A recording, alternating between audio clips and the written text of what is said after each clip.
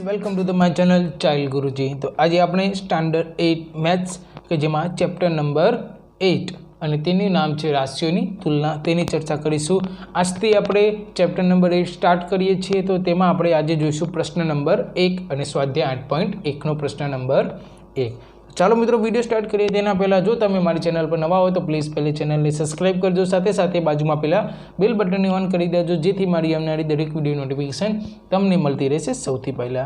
તો અહીંયા સ્વાધ્યાય 8.1 નો પ્રશ્ન નંબર 1 છે। ચલો સૂચના વાંચીશું કે નીચે આપેલી સંખ્યાનો ગુણોત્તર શોધવાનો કીધો છે। ગુણોત્તર મતલબ શું કે કોઈ પણ બે વસ્તુની તુલના કરવામાં આવે છે અને બે વસ્તુમાંથી કઈ વસ્તુ ચડિયાતી છે ને કેટલા પ્રમાણમાં છે તે માપવામાં આવે તેને કહેવાય છે ગુણોત્તર। तो चलो જોઈએ અહીંયા આપી છે સાયકલની ઝડપ 15 કિલોમીટર પ્રતિ હવર એટલે કે 1 કલાકમાં 15 કિલોમીટર કાપે છે અને સ્કૂટરની ઝડપ એ જ પ્રમાણે 1 કલાકમાં 30 કિલોમીટર કાપે છે। તો આ બંને વચ્ચે ગુણોત્તર શોધવાનું કીધું છે।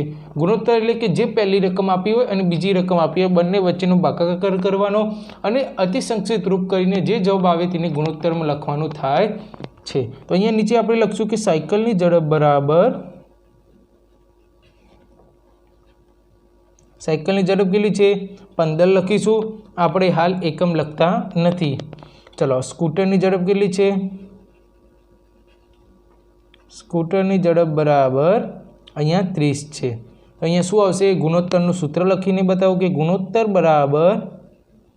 गुणोत्तर बराबर साइकल की झड़प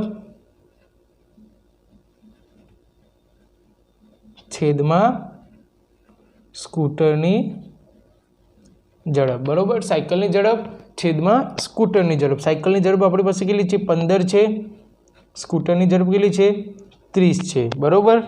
15 किलोमीटर प्रति अवर 30 किलोमीटर प्रति अवर। एकम आपणे हाल लखता नहीं पण एकम लखवा जरूरी है। 15 है अहींया 15 थी उठी है तो नीचे 2 आवशे, जवाब आवशे 1/2 एटले आपणने गुणोत्तर केटलो मळ्यो तो गुणोत्तर बराबर 1 ए अंशवाळो 1 ने छेद एट आपणे आ रीते बाजुमां लखशुं।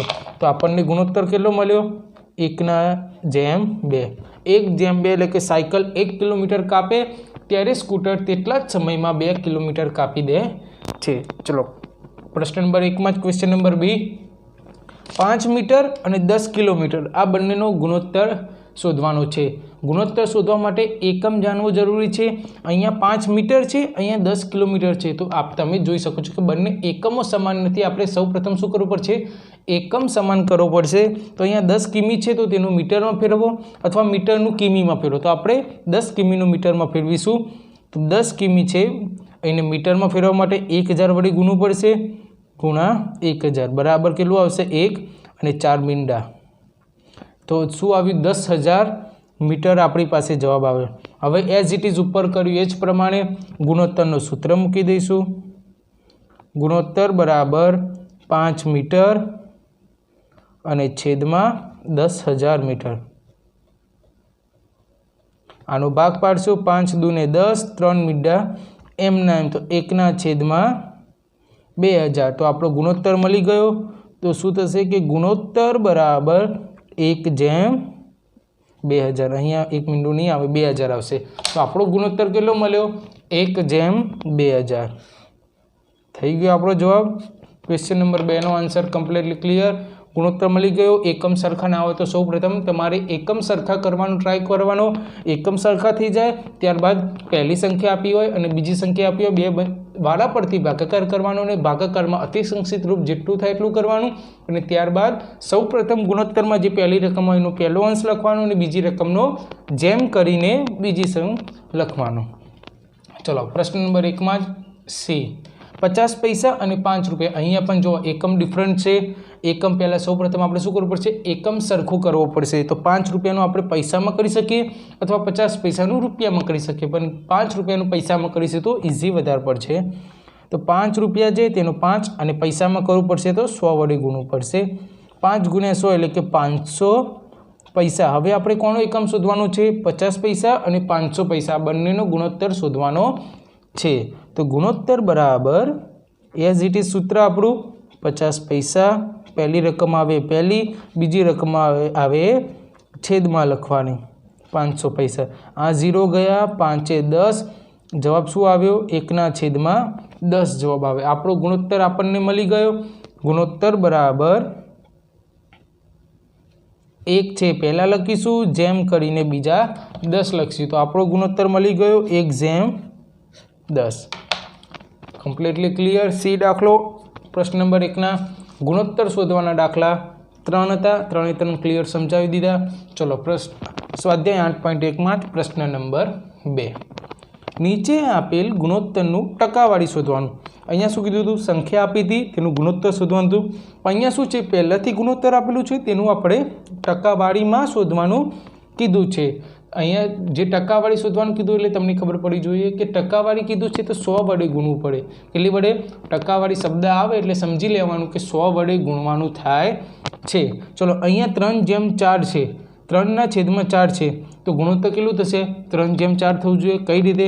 જો ધારી કે અહીંયા 1/10 હતું તો તેનું ગુણોત્તર આપણે કેટલું લખ્યું? 1/10 લખ્યું। તે જ રીતે અહીંયા 3/4 છે તો તેનું ગુણોત્તર કેટલું લખશું આપણે? ગુણોત્તર બરાબર 3/4 બરાબર। ટકાવારી શોધવી હોય તો શું કરવું પડે? ટકાવારી બરાબર ગુણોત્તર ગુણ્યા 100 આ સૂત્ર છે। ટકાવારી શોધવું હોય તો શું કરવું પડે? ટકાવારી બરાબર ગુણોત્તર ગુણ્યા 100% બરાબર। ગુણોત્તર આપણે લખી દઈશું 3/4 ગુણ્યા 100 કૌંસ કરી દઈશું, ટકાનું નિશાન 12 રાખીશું।